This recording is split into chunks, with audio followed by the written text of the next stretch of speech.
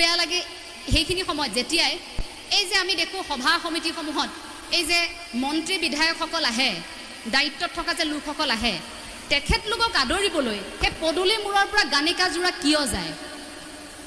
এই যে গুৰু বাদ্য আমি গুৰু আসনৰ সন্মুখত বজাইছোঁ, কিন্তু সেই মন্ত্ৰীগৰাকী আহিলে, সেই বিধায়কগৰাকী আহিলে মূৰ তল কৰি এনেকৈ সেই বিধায়কগৰাকীক মন্ত্ৰীগৰাকীক আমি আদৰি অনাৰ কিবা যুক্তি আছেনে?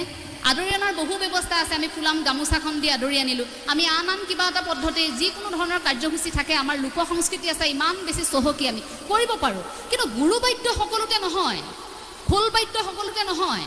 এই সত্ৰীয়া নৃত্য যে ৰ'দত ৰৈ থাকে নাচিবলৈ, কোনোবা মন্ত্ৰী বিধায়ক আহিব দেখিব ৰাস্তাত ৰৈ আছে, বোলে কি হৈছে এফালেৰে বোলে ৰাষ্ট্ৰপতি পাৰ হৈ যাব, এফালেৰে বোলে কোনোবা এগৰাকী পাৰ হৈ যাব, ৰাস্তাতে সত্ৰীয়া নাচি দিব।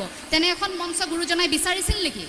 যদি তেনেকৈ বিচাৰিছিল গুৰুজনাই এনেকৈ নামঘৰৰ ভিতৰত এইসমূহ সংৰক্ষণ কৰি থৈ নগ'লহেঁতেন, হয়তো তেনেহ'লে এই ৰেষ্টুৰাৰ সন্মুখতো কোনোবাই গুৰুবাদ্য বজালেহেঁতেন। সেই পৰিৱেশটো অন্ততঃ আমি এইখন অসমত আহিবলৈ দিব নোৱাৰোঁ।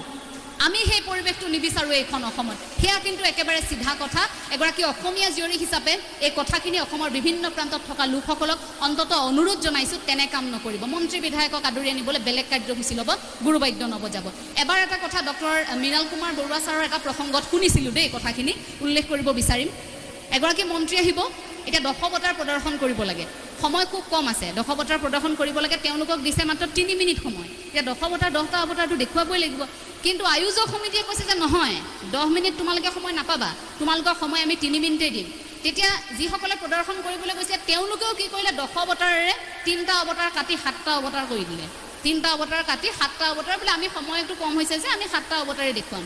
এই পৰিৱেশটো এইখন অসমতেই হৈছে। গতিকে ভাবক, দশৱতাৰ কাটি 7টা অৱতাৰ নাচি, মুঠতে নাচিব লাগে, যি হ'লেও আমি নাচিব লাগে, এইটো আমাৰ পৰিৱেশ। গতিকে ভাবকচোন, আপুনি মই এই গুৰুজনাক ভকতি কৰি, এক ঈশ্বৰবাদত বিশ্বাস কৰি আপুনি মই এই কীৰ্তন শ্ৰৱণ কীৰ্তন কৰি আছোঁ, আমি নামঘোষা পঢ়ি আছোঁ, যদি আমি আধ্যাত্মিক পৰিৱেশ বিচাৰি আছোঁ, কিন্তু তেনে একাংশই আকৌ ব্যক্তিয়ে সেইবোৰ কাম কৰি আছে। গতিকে সেই দিশবোৰ এতিয়া পৰিৱৰ্তন হোৱাটো খুব জৰুৰী।